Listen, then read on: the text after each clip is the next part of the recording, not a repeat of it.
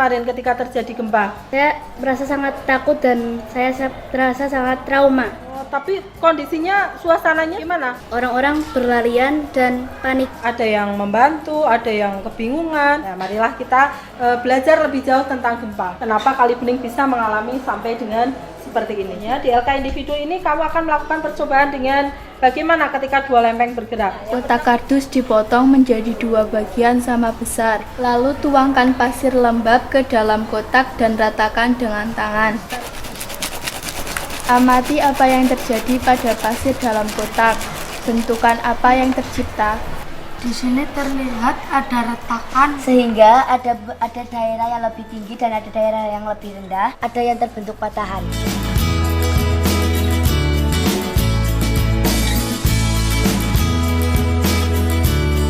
Siapa yang akan presentasi di kelompok ini? Saya.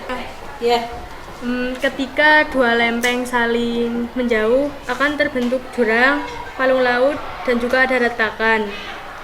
Dan ketika pasir diratakan, lalu ditabrakan kembali lempengnya, akan terbentuknya gundukan, dan ada permukaan tanah yang lebih tinggi dan juga ada yang lebih rendah. Setelah kalian melakukan percobaan, kemudian melakukan presentasi dalam kelompok, selanjutnya kita akan memperagakan 4 lempeng sekaligus. Nanti langkah kerjanya, ikuti langkah kerja sesuai dengan lembar kerja sebelum ditarik dan ketika dilepaskan, apa yang terjadi dengan permukaan bumi.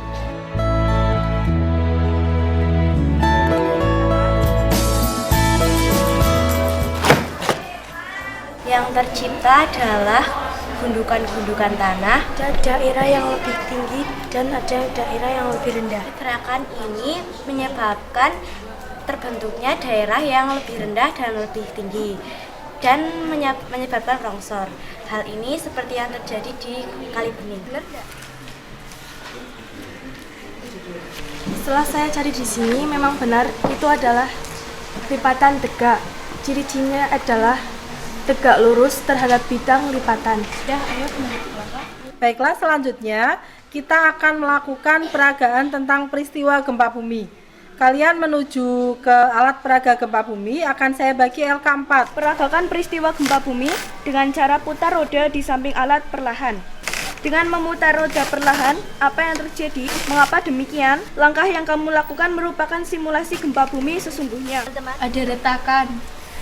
Dan rumah-rumah penduduk dan lingkungan sekitarnya menjadi hancur. Terjadi longsor, pepohonannya tumbang.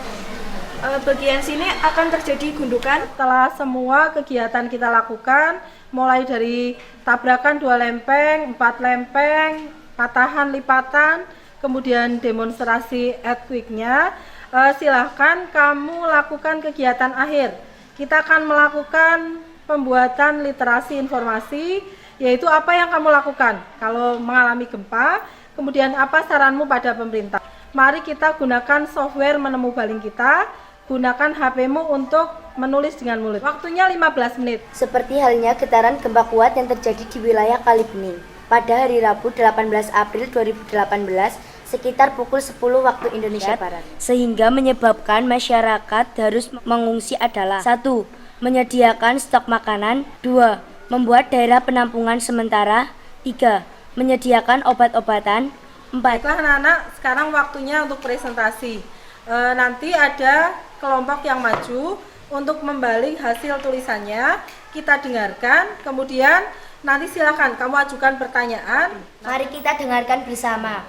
Potensi gempa bumi di Indonesia dapat dibilang sangat tinggi karena Indonesia merupakan daerah pertemuan 3 lempeng Indo-Australia, Asia, dan lempeng Pasifik. Petugas dibantu para relawan dari luar kota untuk mengevakuasi korban.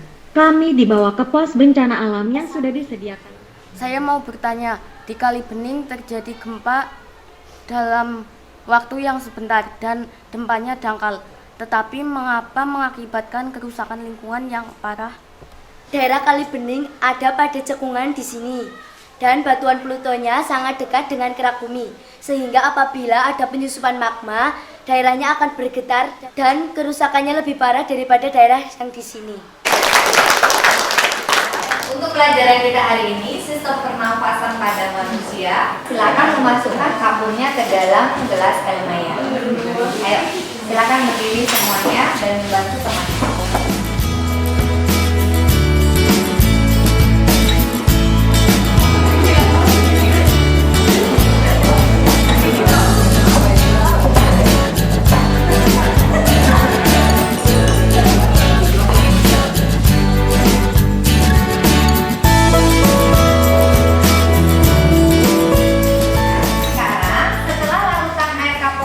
Kalian endapkan, silakan perhatikan langkah kerja yang nomor 4.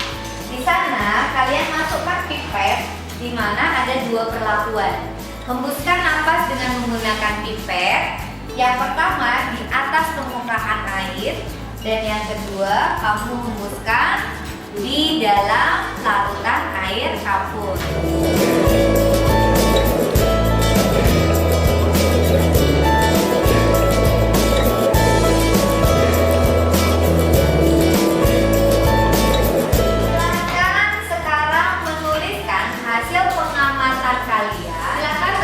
Dengan kelompoknya apa yang kamu amati.